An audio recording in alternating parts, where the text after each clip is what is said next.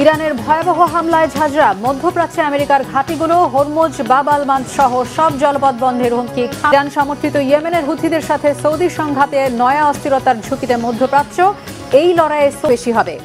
বিনা বিচার তরুণ হত্যার জেরে অভিবাসীদের বিক্ষোভে আবারও উত্তাল আমেরিকা। তীব্র ক্ষোভের মুখে ক্ষমতা হারাবেন কি ট্রাম্প? হরমুজ প্রণালীর পর এবারে বাব আল মান্দব সহ মধ্যপ্রাচ্যের সব বাণিজ্যিক জলপথ সম্পূর্ণ বন্ধ করে দেওয়ার হুঁশিয়ারি দিয়েছে ইরানের বিপ্লবী গার্ড বাহিনী আইআরজিসি। ইরান এবার তার আস্তিন থেকে আরও একটি ট্রাম্প কার্ড বের করার হুঁশিয়ারি দিল। এক হরমুজ নিয়ে ডোনাল্ড ট্রাম্পের প্রাণ ওষ্ঠাগত। এর মধ্যেই হরমুজ প্রণালীর পর এবার বিশ্ব জ্বালানি সরবরাহের অন্যতম প্রধান ধমনী বাব এল মান্দব বন্ধ করার হুমকি দিল ইরান। ইয়েমেনের হুতিদের দাবার গুটি বানিয়ে লোহিত সাগরের এই কৌশলগত জলপথে চড়া চাপ সৃষ্টি করতে চাইছে তেহরান। আন্তর্জাতিক সংবাদ মাধ্যম রয়টার্সের সাম্প্রতিক এক প্রতিবেদনে এই চাঞ্চল্যকর তথ্য উঠে এসেছে, যা পুরো বিশ্ব জুড়ে তীব্র হইচই ফেলে দিয়েছে। ওয়াশিংটন যখন মনে করছিল তারা মধ্যপ্রাচ্যের জলপথ নিজেদের নিয়ন্ত্রণে এনে ফেলেছে, ঠিক তখনই তেহরানের এই পাল্টা হুঙ্কার পশ্চিমাদের রক্তচাপ এক ধাক্কায় বহুগুণ বাড়িয়ে দিয়েছে। এই হুঙ্কারের পর পর্দার সামনে বসে থাকা বিশ্ব অর্থনীতিবিদরা এখন চরম আতঙ্কে দিন গুনছেন। প্রশ্ন হলো, বাব এল মান্দব প্রণালীটি কেন এবং কিভাবে বন্ধ করতে চায় ইরান? সহজে বললে, লোহিত সাগর আর এডেন উপসাগরকে যুক্ত করা এই সরু জলপথটি সৌদি আরব সহ গোটা উপসাগরীয় অঞ্চলের তেল রপ্তানি এবং আন্তর্জাতিক বাণিজ্য জাহাজ চলাচলের জন্য আসল লাইফলাইন। ইয়েমেনের হুতি আন্দোলনের রাজনৈতিক ব্যুরো সদস্য মোহাম্মদ আল ফারা সতর্কবার্তা দিয়েছেন, সৌদি আরব যদি ইয়েমেনে সামরিক অভিযান বন্ধ না করে তবে এই প্রণালী জাহাজ চলাচল সম্পূর্ণ রুখে দেওয়া হবে। আর তেহরানের প্রত্যক্ষ ইশারা ও সবুজ সংকেত ছাড়া হুতিরা যে এত বড় দুঃসাহস দেখাবে না তা প্রতিরক্ষা বিশ্লেষকরা খুব ভালো করেই জানেন। এই জলপথ বন্ধ হয়ে গেলে আমেরিকা এবং তার মিত্রদের কি ক্ষতি হবে? এখানেই লুকিয়ে আছে ইরানের আসল ভূ রাজনৈতিক চল। লোহিত সাগরের এই রুটটি বন্ধ হওয়া মানে আন্তর্জাতিক বাজারে অপরিশোধিত তেলের দাম এক ধাক্কায় ব্যারেল প্রতি $200 ছাড়িয়ে যাওয়া, যা পুরা পশ্চিমা বিশ্বের অর্থনীতিতে এক ভয়াবহ মুদ্রাস্ফীতির সুনামি ডেকে আনবে। এর আগে হুতিদের হামলার ভয়ে বড় বড় শিপিং কোম্পানি আফ্রিকার দক্ষিণ প্রান্ত ঘুরে দীর্ঘ পথ পাড়ি দিতে বাধ্য হয়েছিল, যা বিশ্ববাজারে পণ্য পরিবহন খরচ এক লাফে বহুগুণ বাড়িয়ে দেয়। বিশ্লেষকদের মতে ইরান পশ্চিমাদের স্পষ্ট বোঝাতে চাইছে বৈশ্বিক জ্বালানি নিরাপত্তার দুটো প্রধান পয়েন্ট হরমুজ এবং বাব এল মান্দব, এই দুটোই এখন তাদের পকেটে। দিন শেষে ওয়াশিংটন ও তেহরানের এই ছায়াযুদ্ধ এবার নতুন করে এক বিশ্বকাপানোর সংকটের দিকে ডানা বেরল। সর্বাত্মক যুদ্ধ হয়তো এখনই শুরু হচ্ছে না, কিন্তু ধাপে ধাপে সংঘাতের এই বিস্তার পশ্চিমাদের সামরিক অহংকারকে এক চরম আঘাত করেছে। ইরান আমেরিকা সংঘাতের মাঝে ইয়েমেনের হুথিদের সাথে সৌদি আরবের লড়াইয়ের ফলে নতুন অস্থিরতার মুখে পড়েছে মধ্যপ্রাচ্য। শঙ্কা দেখা দিয়েছে আঞ্চলিক সংঘাতের আগুনে গোটা অঞ্চল পুড়ে যাওয়ার। তবে বিশ্লেষকরা বলছেন, সেনা শক্তির দিক থেকে সৌদি আরব শক্তিশালী হলেও দুর্বল হুথিদের হামলায় সবচেয়ে বেশি ক্ষতি হবে রিয়াদেরই। কিন্তু কিভাবে? দুর্বল হুথিদের আঘাতে কিভাবে অর্থনৈতিক ও পর্যটন খাতে ধসের মুখে পড়বে ক্ষমতাধর ধনী সৌদি সরকার? ইরান ও আমেরিকার তীব্র সংঘর্ষের মাঝেই ভয়াবহ হামলায় কেঁপে ওঠে ইরান সমর্থিত ইয়েমেনের হুথি নিয়ন্ত্রিত সানা আন্তর্জাতিক বিমানবন্দর। মুহূর্তেই ভয়ঙ্কর আগুন ধরে যায় সেখানে। সৌদি আরব সমর্থিত ইয়েমেন সরকারের দাবি, সানায় ইরানি বিমানের অবতরণ ঠেকাতেই এই হামলা। তবে হুথিদের অভিযোগ, আমেরিকার মিত্র সৌদি আরবই সরাসরি এই হামলা চালিয়েছে। যদিও এ নিয়ে মুখ খোলেনি রিয়াদ। আর এই হামলার পরই দীর্ঘ 4 বছরের যুদ্ধবিরতি ভেঙে 13 জুলাই সৌদি আরবের আবাহা আন্তর্জাতিক বিমানবন্দরে ব্যালিস্টিক মিসাইল ও ড্রোন হামলা চালায় ইরান সমর্থিত হুথিরা। আতঙ্ক ছড়িয়ে পড়ে দুই পক্ষের মধ্যে তীব্র সংঘাতের। সানা আন্তর্জাতিক বিমানবন্দরের উপর অন্যায় হামলা চালানোর বেপরোয়া সিদ্ধান্তের মাসুল দিচ্ছে সৌদি আরব। ইসরায়েল ও আমেরিকান শত্রুর স্বার্থে কাজ করার জন্য ভবিষ্যতে আরও ভয়াবহ পরিণতির মুখে পড়বে। বিশ্লেষকদের শঙ্কা, ইরান আমেরিকা ভয়াবহ যুদ্ধের মাঝে নতুন করে ওই অঞ্চলে হুথি ও সৌদি আরব সংঘর্ষে জড়িয়ে পড়লে গোটা মধ্যপ্রাচ্যে আঞ্চলিক সংঘাতের আগুন ধরে যাবে। এমন পরিস্থিতিতে প্রশ্ন উঠেছে, সৌদি কি সত্যিই হুথিদের সাথে সংঘাতে যাবে? কারণ এতে তাদেরই ক্ষতি হবে বেশি। এমনটা কেন বলছেন বিশ্লেষকরা? শক্তিশালী সৌদি কেন দুর্বল হুথির আঘাতে লণ্ডভণ্ড হবে? বিশ্লেষকদের হিসাবে হুথিদের কাছে সামান্য কিছু অস্ত্র আর জীবন ছাড়া হারানোর কিছুই নেই। কিন্তু সৌদির জ্বালানি খাতে হামলা হলে ক্ষতি হবে কোটি কোটি ডলারের। শুধু তাই নয়, ধস নামবে বিদেশি বিনিয়োগ, পর্যটন ও বিমান খাতেও। আরও খোলাসা করে বললে, হুথিরা যদি সৌদির আরামকো তেল শোধনাগার এবং রাস্তানুকার মতো বিশ্বের সবচেয়ে বড় তেল লোডিং স্থাপনাগুলোতে ড্রোন বা মিসাইল হামলা চালায়, তাহলে তেল উৎপাদন সাময়িকভাবে বন্ধ হলে সৌদির দৈনিক কোটি কোটি ডলার রাজস্ব ক্ষতির মুখে পড়বে। এরই মধ্যে সৌদি আরবের আবহা আন্তর্জাতিক বিমানবন্দরে ব্যালিস্টিক মিসাইল ও ড্রোন হামলার পর বিদেশি এয়ারলাইন্সগুলোকে রিয়াদের আকাশসীমা এড়িয়ে চলার সতর্কবার্তাও দিয়েছে হুথিরা। ফলে বাণিজ্যিক ফ্লাইট বাতিল, রুট পরিবর্তন এবং বিমানবন্দরগুলোর কার্যক্রম স্থবির হয়ে পড়েছে, যা সৌদির বিমান চলাচলের রাজস্বে বড় আঘাত। এতে ধস নামবে সৌদির পর্যটন কেন্দ্রগুলোতে। আর পর্যটক কমলে ব্যাপক আর্থিক ক্ষতির মুখে পড়বে সৌদির হোটেল ব্যবসাও। এখানেই শেষ নয়, চরম ঝুঁকিতে পড়বে সৌদি যুবরাজ মোহাম্মদ বিন সালমানের ভিশন 2030 পরিকল্পনা। কারণ যুদ্ধ অবস্থা চলতে থাকলে বিদেশি বিনিয়োগ কমে যাবে, স্থবির হয়ে পড়বে মেগা প্রজেক্ট ও বিদেশি বিনিয়োগ। এছাড়া সামরিক দিক থেকে শক্তিশালী সৌদি আরবের রয়েছে অত্যন্ত দামি মার্কিন প্যাট্রিয়ট ইন্টারসেপ্টর বা বিমান প্রতিরক্ষা ক্ষেপণাস্ত্র। আর হুথিদের সস্তা ড্রোন ও ক্ষেপণাস্ত্র ধ্বংস করতে গিয়ে সৌদিকে ব্যবহার করতে হয় এই দামি প্রতিরক্ষা ব্যবস্থা, যার ব্যয় লাখ লাখ ডলার। এর আগেও হুথিরা সৌদির পানি বিশুদ্ধকরণ প্ল্যান্ট এবং বিদ্যুৎ উৎপাদন কেন্দ্রেও হামলা চালিয়েছে। এই গুরুত্বপূর্ণ জলকল্যাণমূলক অবকাঠামো ক্ষতিগ্রস্ত হলে সাধারণ নাগরিকদের দৈনিক জীবনযাত্রা ব্যাহত হবে এবং মেরামতের জন্য সৌদি সরকারকে গুনতে হবে বিশাল অঙ্কের অর্থ।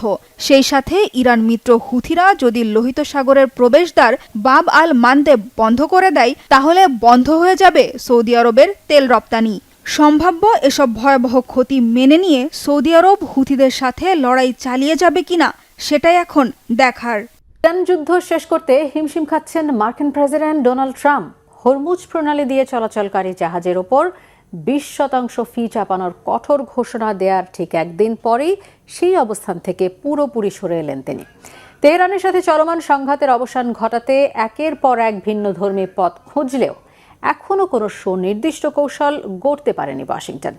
ইরানের সাথে যুদ্ধ পরিস্থিতি সামাল দিতে গিয়ে একের পর এক ইউ টার্ন নিচ্ছেন মার্কিন প্রেসিডেন্ট ডোনাল্ড ট্রাম্প। হরমুজ প্রণালী দিয়ে চলাচলকারী জাহাজের উপর 20% ফি চাপানোর কঠোর ঘোষণা দেওয়ার ঠিক একদিন পরেই সেই অবস্থান থেকে পুরোপুরি সরে আসলেন তিনি। ট্রাম্পের এসব নাটকীয় সিদ্ধান্ত স্পষ্ট করে দিচ্ছে যে ইরানের সাথে এই দীর্ঘস্থায়ী সংকটের কোনো স্থায়ী সমাধান এখনও ট্রাম্পের হাতে নেই।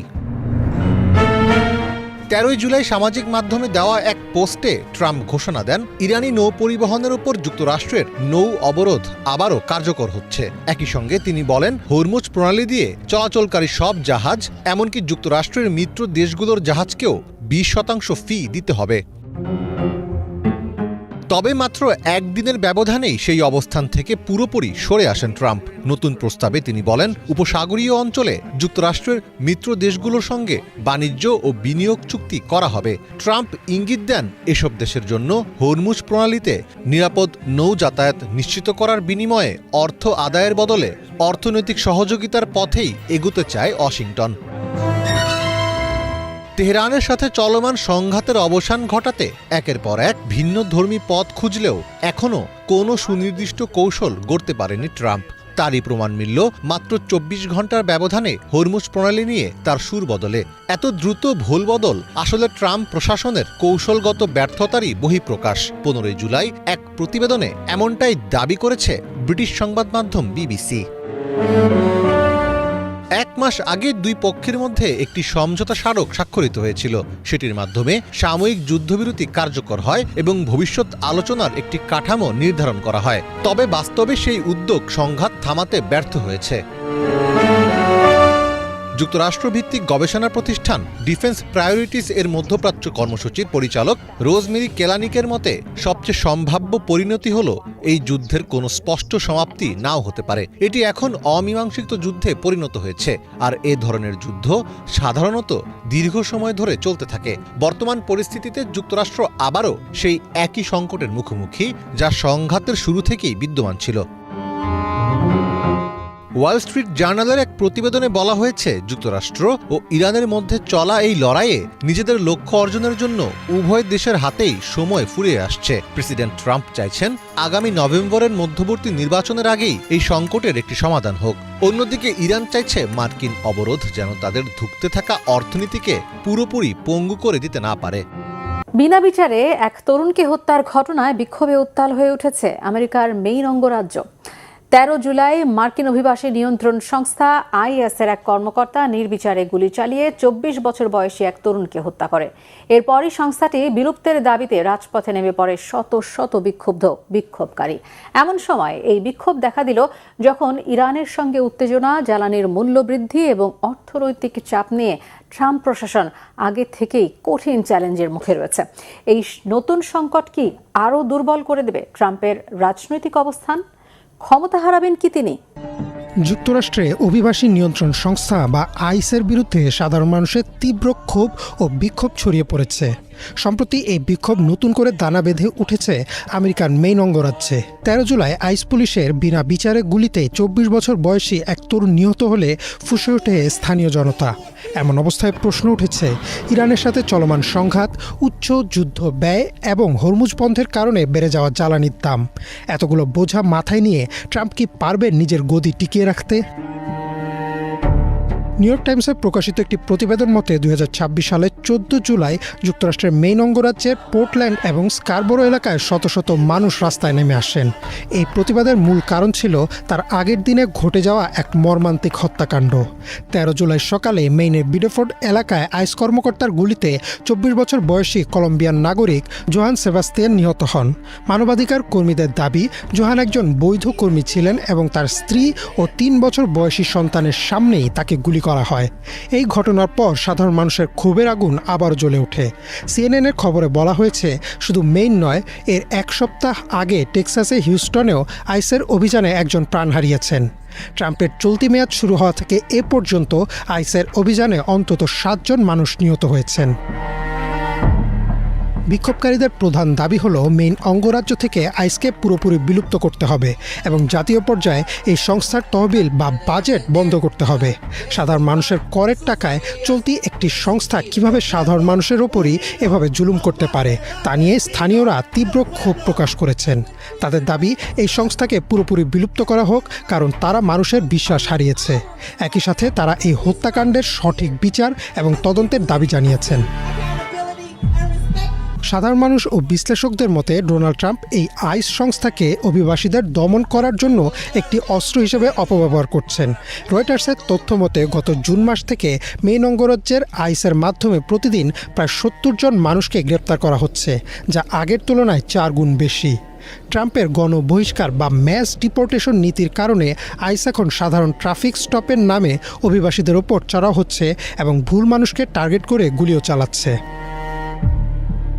এই বিক্ষোভ ট্রাম্প প্রশাসনের জন্য এক বিরাট মাথা ব্যথার কারণ হয়ে দাঁড়িয়েছে, বিশেষ করে ইরানের সাথে চলমান সংঘাতের এই সময়। এপি নিউজে প্রকাশিত একটি প্রতিবেদন অনুযায়ী ইরানের সঙ্গে চলমান উত্তেজনার কারণে আমেরিকার সাধারণ মানুষ ইতোমধ্যেই যুদ্ধের অর্থনৈতিক বোঝা টানছে। বাজারে জ্বালানি তেলের দাম হু হু করে বেড়েছে, যার ফলে সাধারণ মানুষের দৈনিক খরচ ও জীবনযাত্রার ব্যয় অনেক বেড়ে গেছে। একদিকে যখন মানুষ অর্থনৈতিক সংকটে জর্জরিত, অন্যদিকে তখন ট্রাম্প প্রশাসন দেশের ভেতরে বর্ণবাদ ও অভিবাসীদের ওপর জুলুম নীতি চালাচ্ছে। যুদ্ধের খরচের পাশাপাশি করের টাকার এমন অপব্যবহার দেখে সাধারণ আমেরিকানরা ট্রাম্পের ওপর চরম অসন্তুষ্ট। এই প্রতিবাদ ট্রাম্পের রাজনৈতিক ভিতকে বেশ দুর্বল করে দিয়েছে। এই ঘটনার পর আন্তর্জাতিক মহলেও সমালোচনা শুরু হয়েছে। কলম্বিয়ার প্রেসিডেন্ট গুস্তাভো পেত্রো সামাজিক যোগাযোগ মাধ্যমে সরাসরি মার্কিন সরকারের তীব্র নিন্দা করেছেন এবং একে মানবাধিকারের চরম লঙ্ঘন বলে আখ্যা দিয়েছেন। প্রবল চাপের মুখে আইস কর্তৃপক্ষ সাময়িকভাবে পুরো দেশে গাড়ি থামিয়ে তল্লাশি করার কার্যক্রম স্থগিত করতে বাধ্য হয়েছে। সাধারণ মানুষ এখন এমন এক নেতৃত্ব চাইছে যা সমাজে শান্তি ফিরিয়ে আনবে, বর্ণবাদী আচরণ বন্ধ করবে এবং ক্ষমতার অপব্যবহার রুখবে।